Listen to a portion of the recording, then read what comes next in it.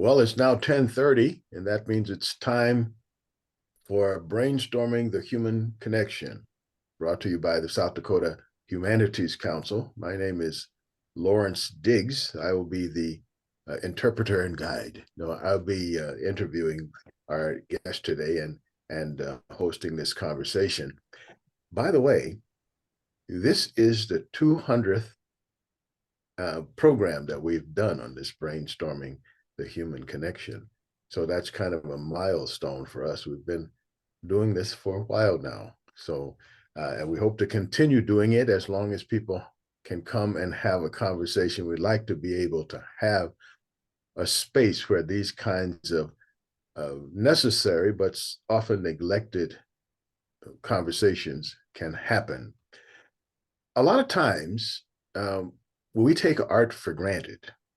You know, that's kind of, I'm not sure why we do that, but maybe it's kind of like the air. You don't pay attention to it until it's not there, and then suddenly, it becomes a thing. But art tends to be the way we measure ourselves finally, and to me, it's the reason why we do just about everything else we do is for art when you consider what art is. Today, we're going to be talking about public art and its role that it plays in our lives. When we talk about public art, we're talking about all the art that we bring out to the public. And much of it is public art, but we don't think of it as public art. I would say that's in contrast to when people buy those $80 million paintings and put it up in a penthouse in New York, so only their friends can see it. I would say that's private art now. But all the art that we bring out so that folks can not only see the art and be impressed by the art, but become immersed in the art. And that's where our public arts programs come into place. Today, we have a couple of folks. Actually, we may have three. We're looking for a third one, but he might have some problem getting on today. But we're going to be having a conversation about public art with people who are involved in public arts. My guest today is Marie Thatcher, and she's the managing producer of Periaktos Productions. Sometimes I get my tongue tied in that word. And we also have Marty Two Bulls, who's the Oglala Sioux Tribe's Artist Laureate. And we'll also have Dale Lamphere. We're hoping that Dale will show up, and he's the South Dakota Artist Laureate. And we'll talk a little bit about what that means so that you have an idea that these folks exist, because they do really important work, especially in the arts. So welcome, Marie and Marty. Thank you. Thank you. Thank you for having me. Let's start off by talking about you folks first. Marie, tell us a little bit about yourself, what you do, and what you like to do. Who are you? Who is Marie Thatcher anyway? Well, first of all, I am the managing producer and owner of Periaktos Productions. And my husband, Graham, and I started the company 30 years ago, actually this spring, to use theater as a teaching tool for continuing legal education and ethics. And we did that for 22 years. And then we started webcasting, and I am still webcasting movies that we created out of those programs. My role, however, in this particular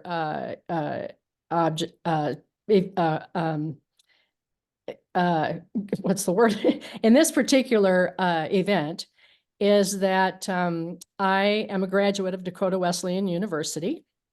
And my class of 1970 has been pretty active at Dakota Wesleyan in contributing art to the campus.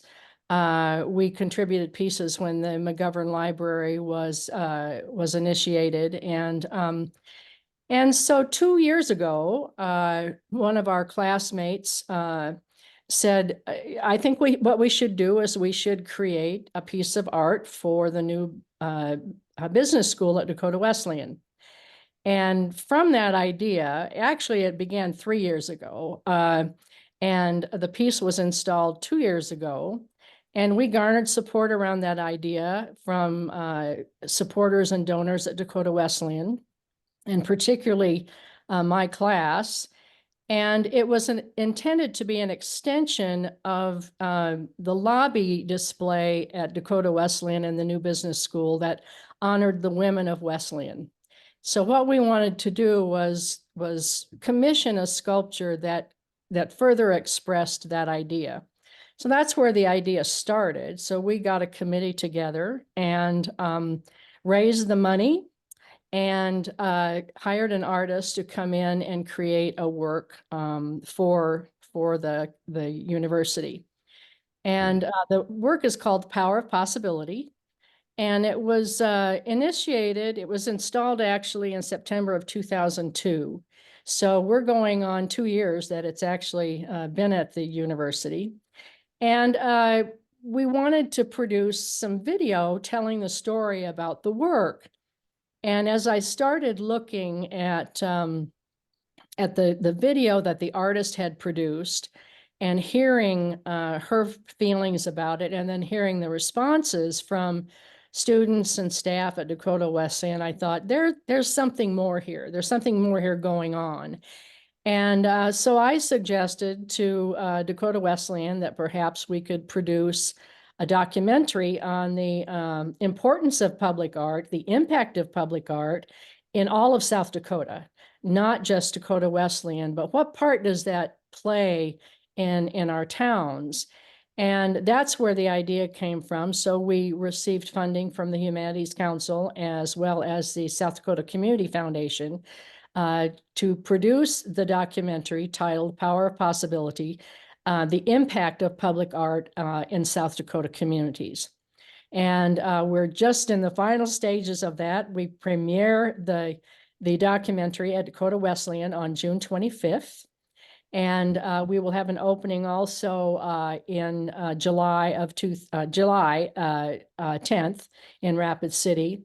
But it was an interesting and learning curve for me, and very, very educational to me. I had no idea of what we had in South Dakota. And so I was pretty amazed by what we found. So I want to turn to Marty now.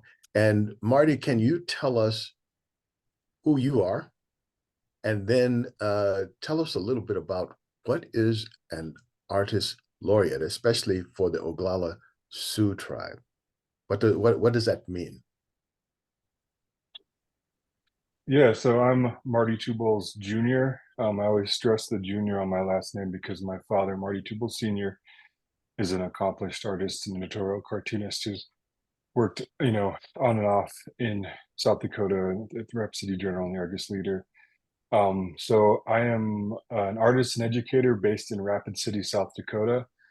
I was born and raised in Rapid City.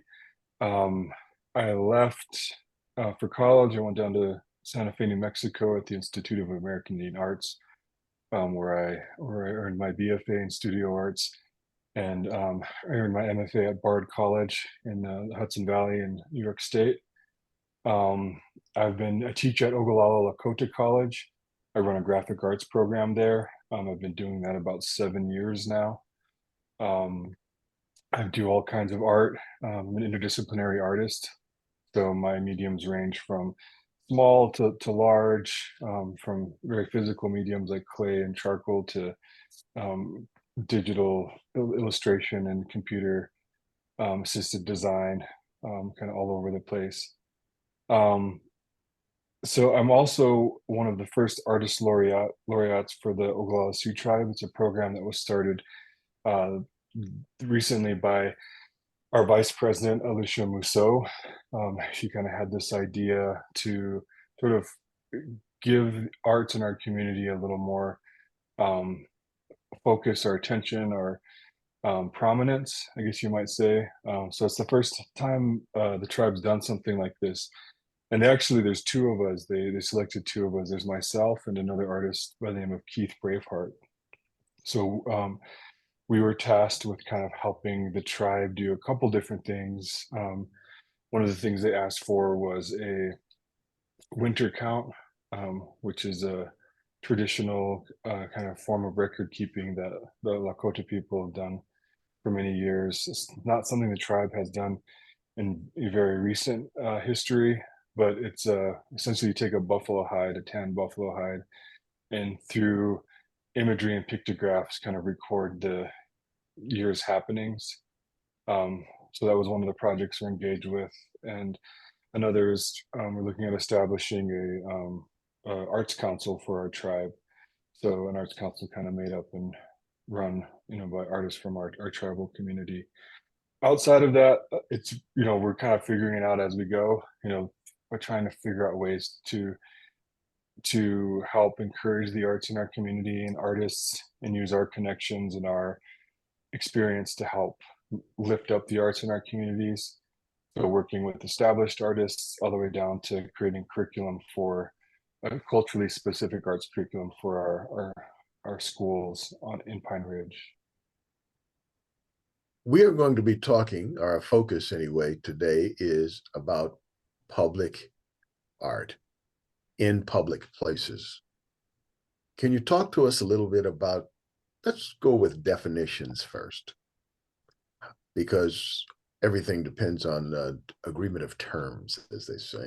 So would either or both of you talk about what you consider public art in a public place? Well, what we found is that what we consider to be public art is the art that is on view for anyone to see or to engage in. And that may be in a park, it may be on a street corner, it may be in a building, and or it may be in an office, anywhere that there's no restrictions on the entrance to viewing that art. And so we found that ranges all the way from murals to sculpture to mosaics. I mean, you name it. And there's quite a variety of that in South Dakota.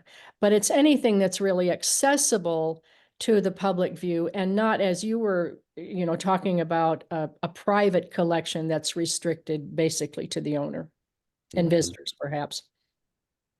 Right. Marty, would you have anything you would like to add to that? No, I think that's a pretty concise definition. I mean, it's work that exists within the public space, the public kind of sphere. And sometimes, that's very specific, like with art, sculpture or murals, like we were kind of talking about. But I think it's also important to acknowledge like oftentimes what we see in our public spaces are advertisements. So I wouldn't exactly call that art all the time, but it is, visuals that kind of invade our public shared space through billboards or, any number of ways that folks market themselves in our communities. I also want to acknowledge Dale Lamphere just joined us. So yeah, I was going to say, Dale, can you light up your screen and talk to us a little bit? Because I'd like to know about Dale, to give some background, since he's one of the other folks that's going to be talking to us today. Can you hear us, Dale?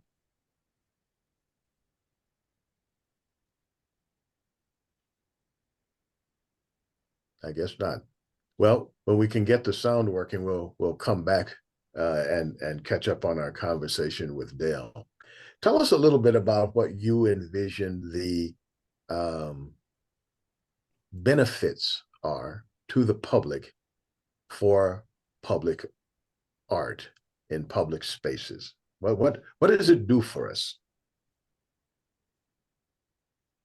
Well, and Marty can share his thoughts about this, because my sense is that for instance, there's not a tradition of public art per se with Indigenous peoples. I mean, that's more a personal thing, and he can talk more about this, but probably some of what we've been talking about is mostly a Euro tradition, I guess, where, you go back hundreds of years in Europe. But we found that public art has all kinds of reasons to be. It may be to memorialize a person or an event. It may be just to beautify the space. It may be specifically to engage conversation or controversy. I mean, there's a whole myriad of reasons why there is public art. But basically, art communicates, no matter what that message is. And my husband wrote a book called I Know What I Like, Everyone's Guide to the Arts. And his definition of art is that art is not the object. Art exists in the relationship between the viewer and the object that's being viewed, or performance, or actually music that's being listened to. And so in that way, it's public, but public art also becomes very personal, in that everybody is going to look at something and have a totally different response to it. I guess the common thing, however, is that, and it's one of the things we talk about in the documentary, that everything starts with an idea. Every physical thing on earth starts with an idea in someone's head. And with regard to public art, it may be for any one of those myriad reasons, or it may be the fact that the artist has created something and somebody looks at it and says, oh, that would be great in such and such a park, or that would be great to honor this person, or that. So it covers a lot of territory. And that was what was surprising to me, at how much there is, and the myriad reasons that public art exists in South Dakota. It's pretty varied. Well, I'd like to explore that idea, and maybe Marty has something, he wants to jump into and challenge me on my idea. But it just seems like to me that there's a lot of public art in Native life, everything from their clothing to their singing to their tools to their, it seems like they're immersed in art. But, I've been wrong before. No, certainly, yeah. And I mean, it's a different, culture to culture, and I'm Lakota, and I can only really speak to my own cultural background. But yeah, it's true. I mean, our definitions of art are different than a lot of the definitions that have come out of Europe or European culture, and art tends to be something that's a little more all-inclusive, kind of incorporated into our daily lives, both historically, but also in our contemporary life and experiences, which are complicated and not always rooted in pre-contact ideas. Right, we're a culture that's grown and changed over many years, so we certainly aren't strangers to these ideas of public work, or creating public works in our communities. Yeah, I notice whenever I go to celebrations of different kinds in Native culture, everything from powwows to dances to sweats, even, that there's always an effort to add some statement, some artistic statement to the art. And I don't know that one has to have a name for art to have art, because if I have lived in cultures where they don't have names for art, because it's kind of like they may not have names for the air, because, well, it's always there and nobody talks about it very much as a separate thing, because languages need nouns, and nouns kind of separate things. So if you don't separate things out, then you may not talk about them because there's no noun for it. So if you don't separate art from the rest of your survival or the rest of your life, you may or may not have a word for that, But that said, we have Dr. Dale has joined us. He probably went on the internet just to find out how to get on Zoom. Well, my apologies for the technical difficulties that we seem to have here. Oh, yeah. I'm not sure what happened, but in any case, I've been listening somewhat, and sounds like you're off to a good start. The only thing I would add about public art is that it contains universal concepts rather than commercial or partisan, or in many cases even personal. So that's, and I mean, I'm kind of jumping into the middle of this, so please go ahead. That's a good place, but we want to back up and talk a little bit about Dale, so we know, so the audience knows who Dale is, and talk to us a little bit also in that context about being a South Dakota Artist Laureate. Though you have much more value than that, I have experienced. Oh, well, you're gracious, thank you. Well, I mean, as South Dakota Artist Laureate, I feel it is my obligation to do everything I can to advance interest in the arts, and particularly the next generation's involvement in the arts. I mean, I think that creativity is absolutely fundamental to mankind, to humankind, and I believe that the way society moves forward is through a creative effort, a creative edge of some sort, and that expresses itself in so many ways. I mean, it can be literature or music or dance or visual arts of some sort, but all societies sort of move forward through that creative edge, and so creativity has applications in every area of life. And I think it's so important that we help our young people understand that they can think outside the box, that they can trust their own intuition about things. So that's my obligation as an artist laureate, is to encourage that. Over the last couple of weeks, we've had over 80 students here at the studio to look at a specific project and to participate in it, and to both learn the history of it and the process of it. So it's been a real exciting time for us here. Mm-hmm. At this juncture, I would like to open it up to our esteemed panel. That means all of you who are on this Zoom call. If you have questions or if you have comments, can you talk about your experience with public art?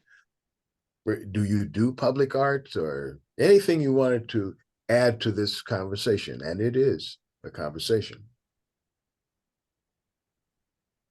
Well, Anybody? I'd like to mention that one of the reasons that we approached Marty is that he was the lead artist in creating the collection at the New Oyate Health Center in Rapid City. And I'd love for the participants to hear a bit about that project and what was involved in that, and the fact that it's a very, very large collection of Native work, original Native work. Okay, I would also like to get back to that, but I also want to give our esteemed panel a chance, and they can be shy sometimes. And Tara, she looked like she was chomping at the bit. She had something to say. So, Tara?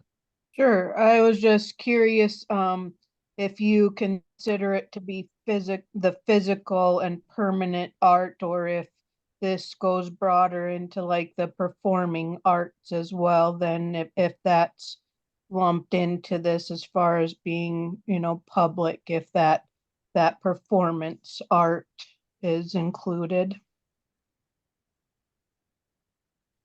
Well, in this particular, sorry, in this Go particular, ahead. in this particular project, we've covered only sculpture and the permanent physical, and that's certainly, like, you're very right. There's more public art, but we only had 58 minutes, so we had to limit it for this project. But Dale probably has some comments on that too.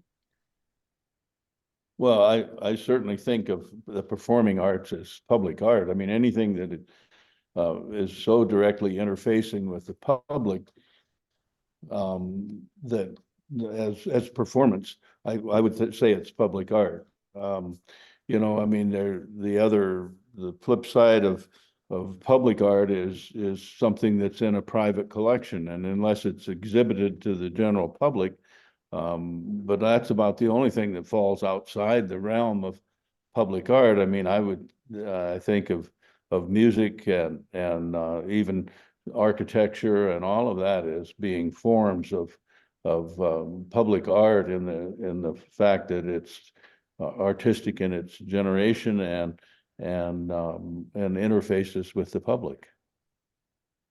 Marty, you look like you had something to say.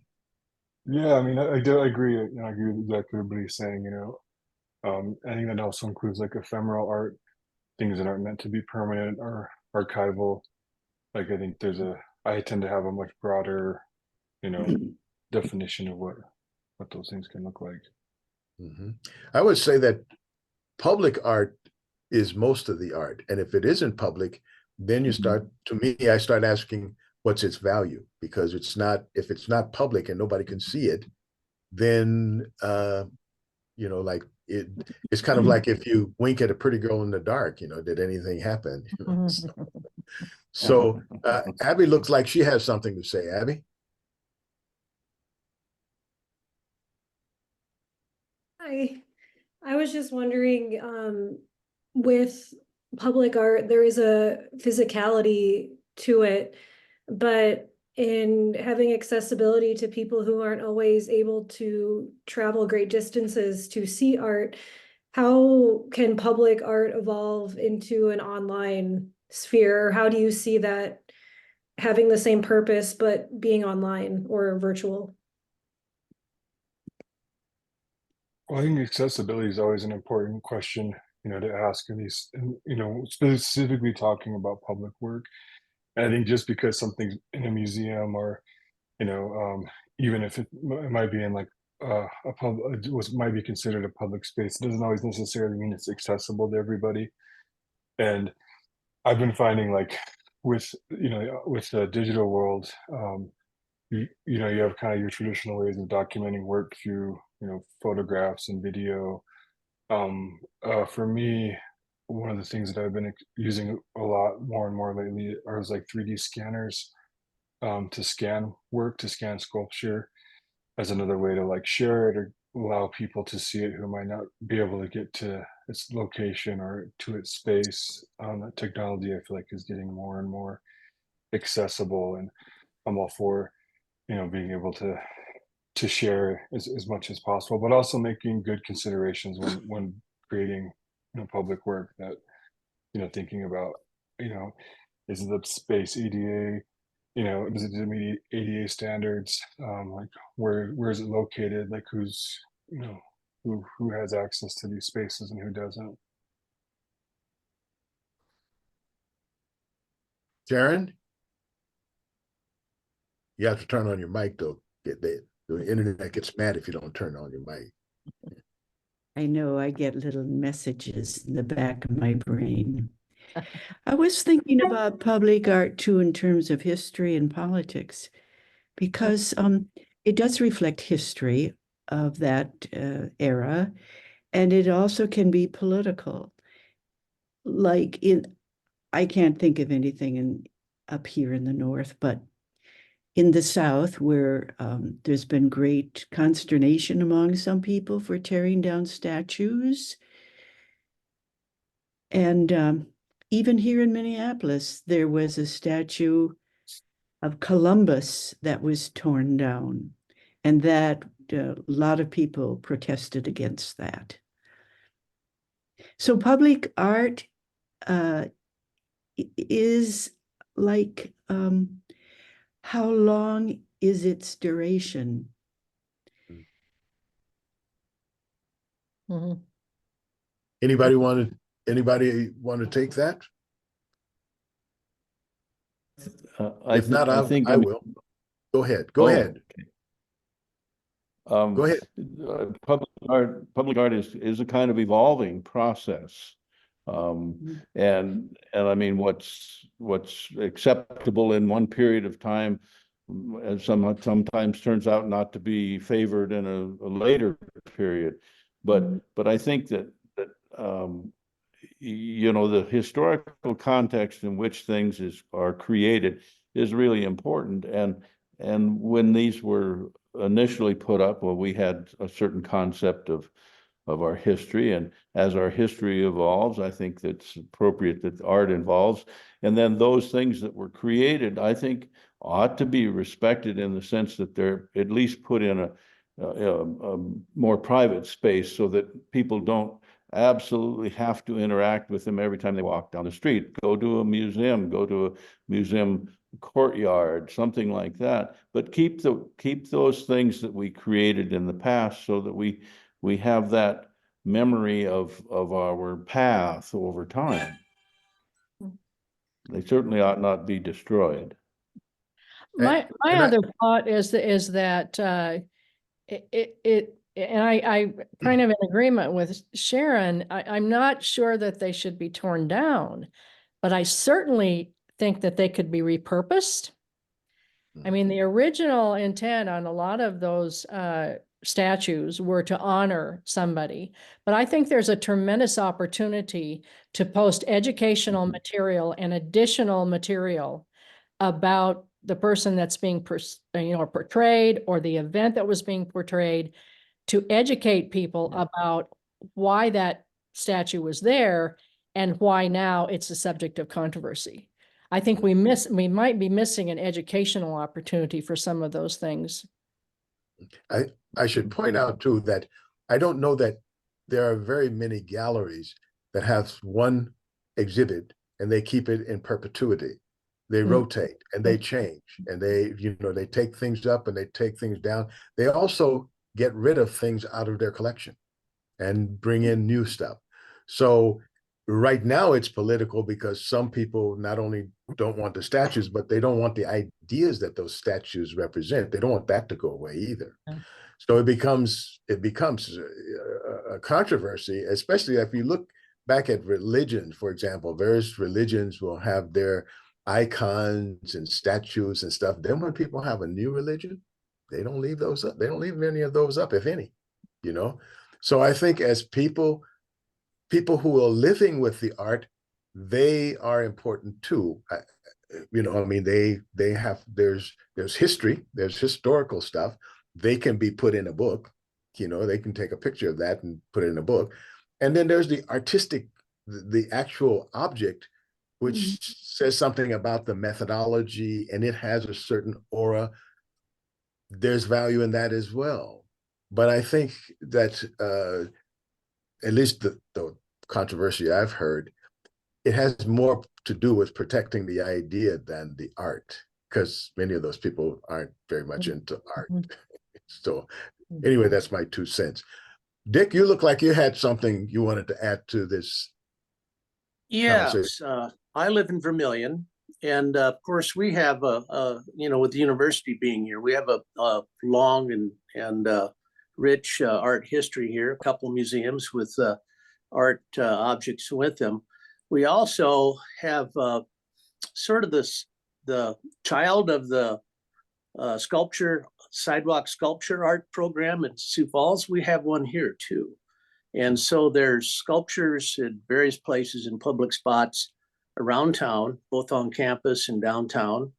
And those, I think, really do enrich our community. When you're looking at a piece of art like that, a sculpture, a lot of times you'll end up with a feeling inside that's not really, you can't even really express it, but that piece of art will speak to us in some way.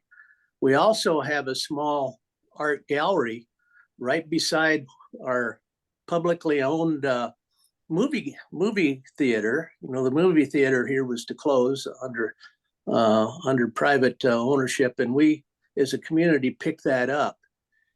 And part of one side of the lobby is now an art studio. We have rotating art projects in there. We had for instance, we had a Dick Termes thermospheres display there a year or two ago.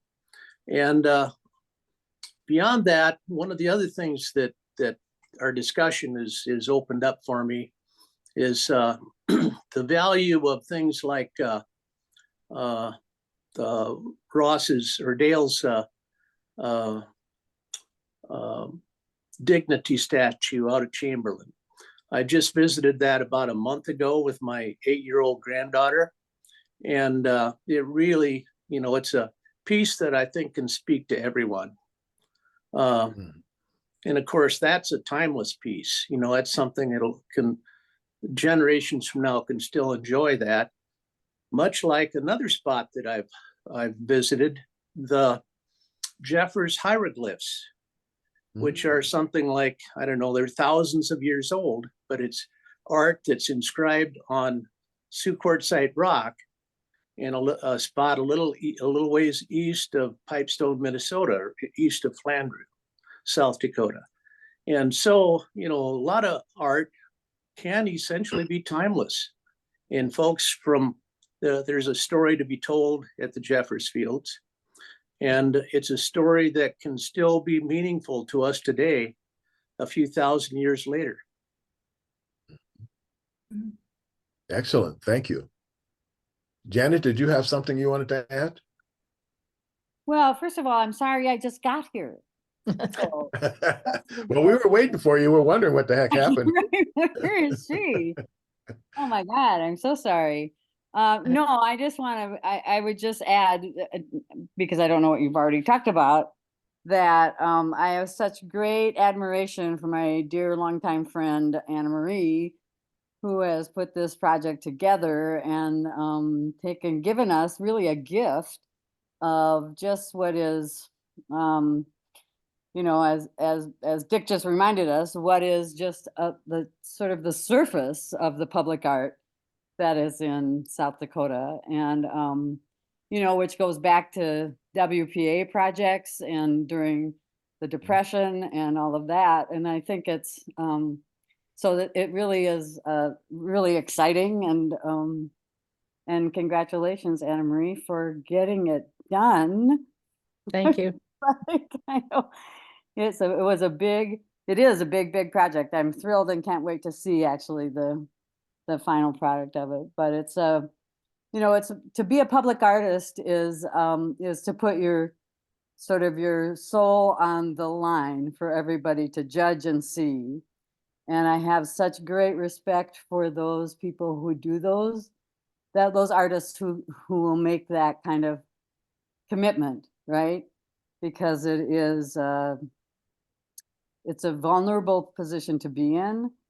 And it's much easier for, artists like me who either started in the theater where you went and read somebody else's great words that you didn't create. And, it really is an amazing gift that we've had in this state to have so many public artists like Dale, like Dick Termes, Marty, who have stayed here and committed to stay here. And we stay in South Dakota because, we are tied to the land, and we are tied to the history, and we're tied to the people. And I think that comes out in the public art that we have all over the state. So thank you all for being here, and for Anna Marie and Dale and all those who helped with this this film, which is really going to be a gift to us all. Thank you. Thank you. Sharon, you had something. Sharon, go ahead. Okay, I'm originally from Mobridge, was born and I just want to mention this is from the WPA too, I think, Oscar Howe murals in the auditorium, which are just wonderful.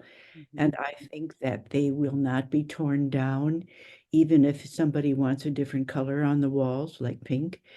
And the other thing that is kind of interesting, they have 2 new pieces. One is of a fish, a sculpture of a fish, and a cowboy riding it. And this is down by the river where there is a walk. really wonderful walk or bike way. And the other is at the high school.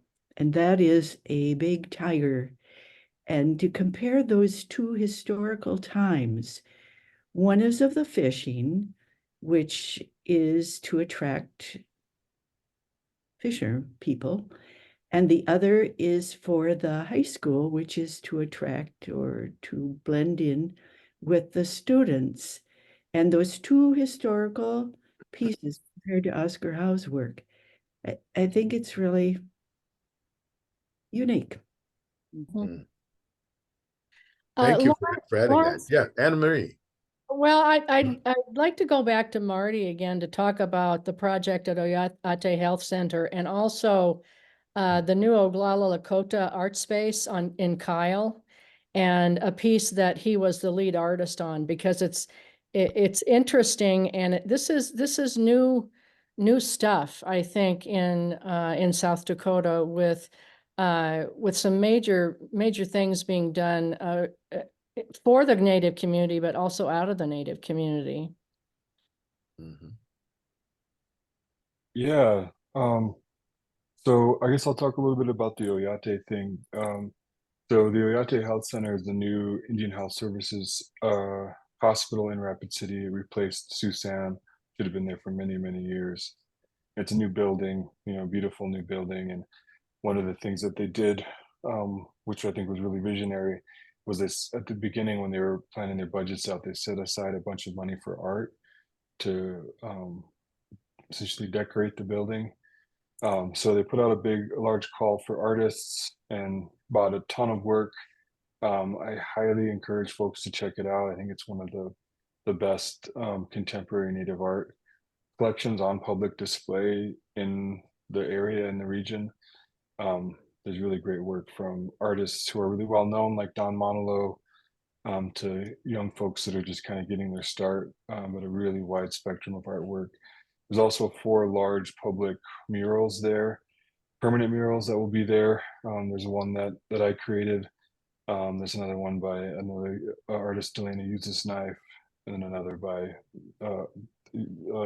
Sheldon Starr and Ray Janice, who are all Lakota artists working today, contemporary artists. Yeah, I really encourage folks to check it out. It's sort of a treasure that I think the hospital isn't even quite sure how to handle. Yep. And then the Star Knowledge sculpture that was referenced is in Kyle, South Dakota, at the Oglala Lakota Art Space, which is a new building that was created during the pandemic and kind of had a slow opening because of that, but now they're all the way open. It's an art space in Kyle that has artist studios where they do workshops where people rent artist spaces. There's a recording studio. There's classroom space. It's really a really unique mixed use building. There's not really anything else like it in Pine Ridge. But one of the works, when they were building their building, they reached out to myself and a group of artists to commission a public work centered around Lakota Star Knowledge. So it's a unique work because it's about Lakota people, but it's also one that was made entirely by Lakota people. The folks that worked on that were myself, Keith Braveheart, Michaela Patton, and Laylee Long Soldier. So it's kind of an eclectic group of contemporary Lakota artists, and yeah, it's a really interesting and complicated public work, I would call it. But the way I've been explaining it to people, it's very much for me a devotional work, because Lakota Star Knowledge is tied really deeply into our culture and our religion, into our language. It's all very kind of inclusive, I guess. Mhm. Thank you. Tell us again where we can see that. I don't know if Colby put it in the chat or not, but can you talk about where we can see it? Yeah, it's at the Oglala Lakota Art Space, which is in Kyle, South Dakota. Okay. So, and you put this Facebook link in there, and yeah, He did post it. Colby did post it in chat. Okay. Good. So I'd like to continue now with a conversation about art in South Dakota, because a lot of times we don't really appreciate how many artists and how much art is in South Dakota. And I think a lot of that has to do with the kind of narrow definitions of art. When everything from the rugs that we put onto our curtains, to our clothes, to our makeup, to what we do with our cars, the music, the oratory, poetry, all of those things are art. And I think if you don't recognize that and you only have one definition for art, then you could think that there's no art because by your definition, you don't see any. But I'd like to broaden that and have the people, especially the artist laureates, have some conversation about, well, tell us about how much art there is in South Dakota and how many great artists we have. Am I the only one that see it? No, I was just waiting. Let Dale go first. Well, I think about the history of artists that have come out of South Dakota. I mean, Harvey Dunn and I mean, his work is really well known and respected, and certainly Oscar Howe. I mean, he changed the concept of native art for all time throughout the world, and everyone's aware of the recent show that has been at some very prestigious locations. And I think of Dick Termes. I mean, I've always said that if anybody gets in the history books here contemporarily, someone who invents a whole new way of understanding perspective will certainly get there, and Dick has done that. And I think back in the 60s, when the first National Endowment for the Art was formed, and South Dakota is one of the early states to start a South Dakota or State Arts Council. And at that point, I was, of course, less aware of what was going on in the arts, but there wasn't nearly as much as what's happening now. I mean, now there are so many expressions of cultural dynamism and art and the performing and visual sense that a person couldn't take it all in. I mean, it's happening everywhere around us, and so many communities are revitalizing their main street or their town through the arts, through some sort of public art programs. It's just a really remarkable thing. The only area I think we're lacking in is perhaps the emphasis on education in the arts in our schools. We could certainly up that, but I think that there is a tremendous amount of artwork taking place, creative work. I mean, it reflects and reveals our society and our changing priorities. I remember when I graduated from high school, I'd never even been to a museum at that point. And then I went to the University of Wyoming, had an opportunity to go on a program that was new. I'd only been going for a year or so. And I got on a ship and went around the world, and it changed my life. I mean, for the first time in my life, I saw how important it was to have people in a society that created things that reflected the character and the value of that society. And I came back and decided that was the path I wanted to follow, and have done that now for 53 years or 54. So I think there's a tremendous amount. Now I'll let Marty speak. Well, I'm at a much different stage in my career. I'm still, we're at different stages and come from different backgrounds and different experiences. But yeah, I mean, I agree. I think that there is a lot of great art in our state, and from many different places. I speak mostly from my experience as an educator in my tribal community, and seeing like the innovation and the creativity that comes from the young people that I work with. And something that continually inspires me and, kind of keeps me excited about the future and excited about things that are coming. So yeah, there's definitely a lot of that. And I think one of the things to really differentiate, and I agree with you, Lawrence, about, our shared space and the way we kind of bring art into our shared space as community members. But I think one of the key differences between public art, and it's especially like the way that I might like, adorn myself or present myself, is through the I think the idea, I'm trying not to kind of separate this a little bit, but essentially it's the permanence or the cost, right? So to do a large public work, it takes a lot of money. It takes a lot of investment, sometimes from the community, sometimes from donors. And oftentimes it's sort of a select group of people that kind of make those decisions, or kind of an elite group of people that make those decisions that we all then kind of have to live with, or, kind of is around us. And I think that's kind of the difference, because it starts to bring into question ideas around power and around permanence, and especially when you're dealing with another topic I think we kind of glossed over, was the historic narrative, which is a big part of a lot of public artwork, going back to some of those sculptures we were talking about from the South, or even the Columbus statue in Minnesota.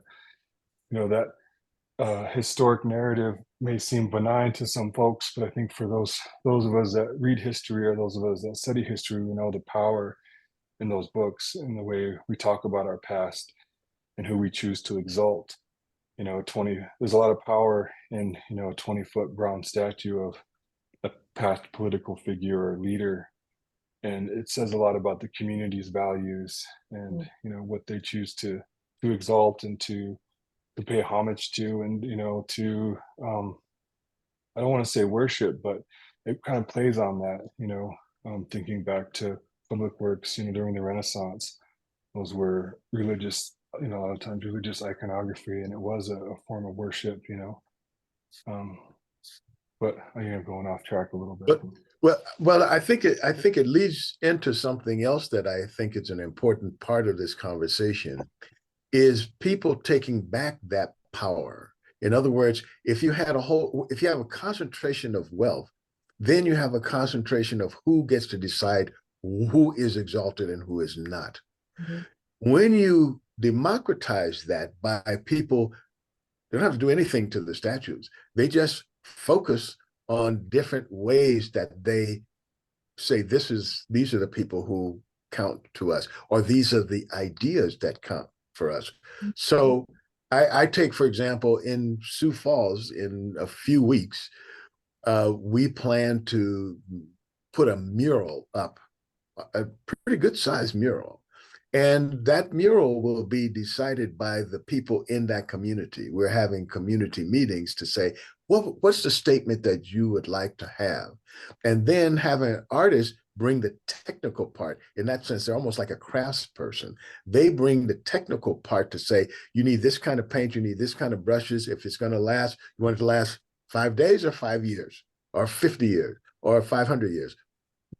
These are the surfaces you have to work with. The artist brings that technical thing, but the statement is the people's statement. It's not one or two people's statement. It's the community statement. I think we have the power to bring that back, and we don't have to have permission from anybody to do that. Mm-hmm. We just do it.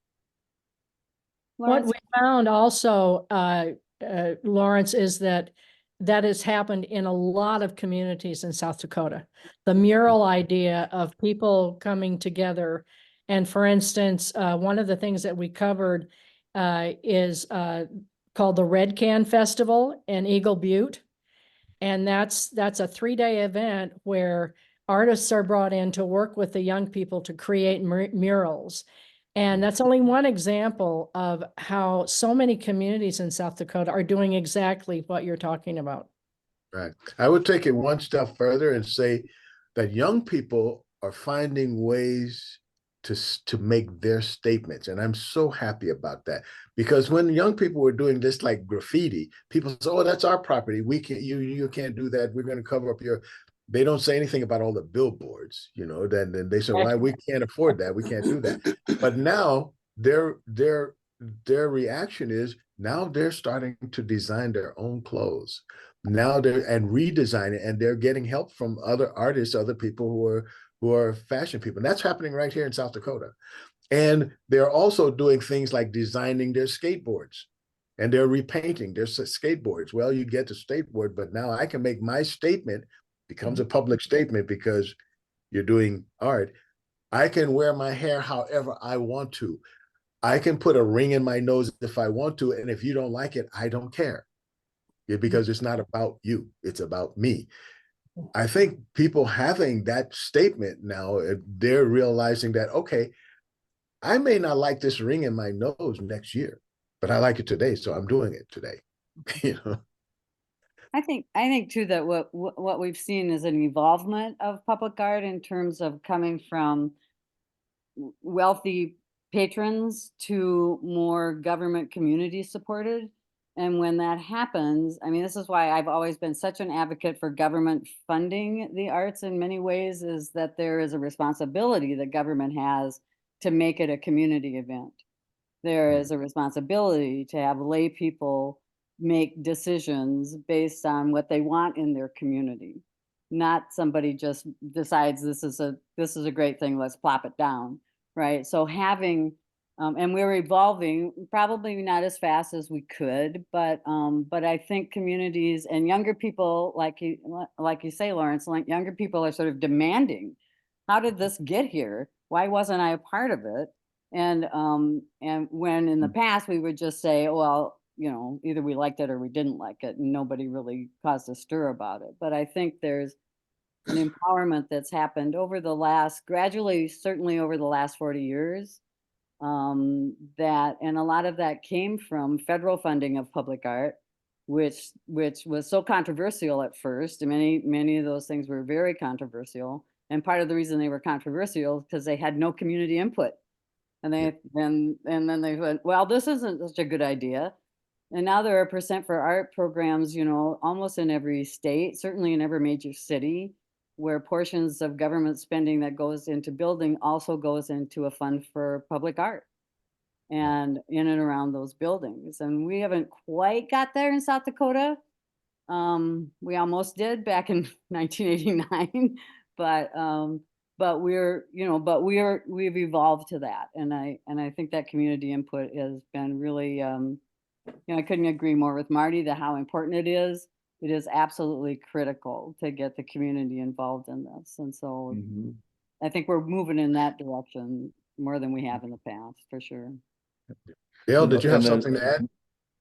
Yes, I mean, as one of those artists that is obviously very privileged to have opportunity to get a shot at these big projects. And I mean, I realize and feel very blessed that I was an early entry into the field, you know, starting about in the late 60s. And now I have the visibility that allows me to get these. So the other thing that can happen along with public governmental support is that the artists such as myself who have these opportunities can include others, can help build capacity. And a good example of this is a piece that I did a couple of years ago with Monument Health, used to be Rapid City Regional, and they built a big addition and wanted something on the wall that was, you know, a 30-foot by 16-foot wall.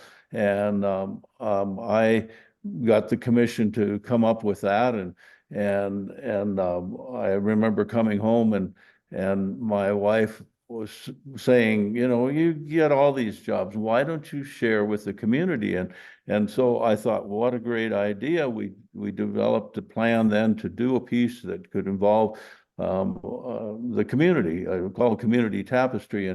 And we put out a call for artists. We paid $100 for any idea that came in. We had over 110 entries. We selected 20 to actually be created. And then they were paid $2,000 each. And then all of this was put together with a silver and gold kind of in and out staccato structure that had enough sufficient strength to hold that diversity of work. And we had everything from woodwork to quilting to metalwork and painting and assemblage, and everyone was recognized, and we included a lot of the community in that, and that's another way of doing it from the artists themselves. Great, and that will be where we'll have to leave it, because we're now at 11:30 Central Time, and that's all the time we have. I want to thank our guest again for coming on and sharing with us. In the chat, you'll find more information about the project. And thank you all for coming and being a part of the show. Thank We'll you. see you next week, same time, same station.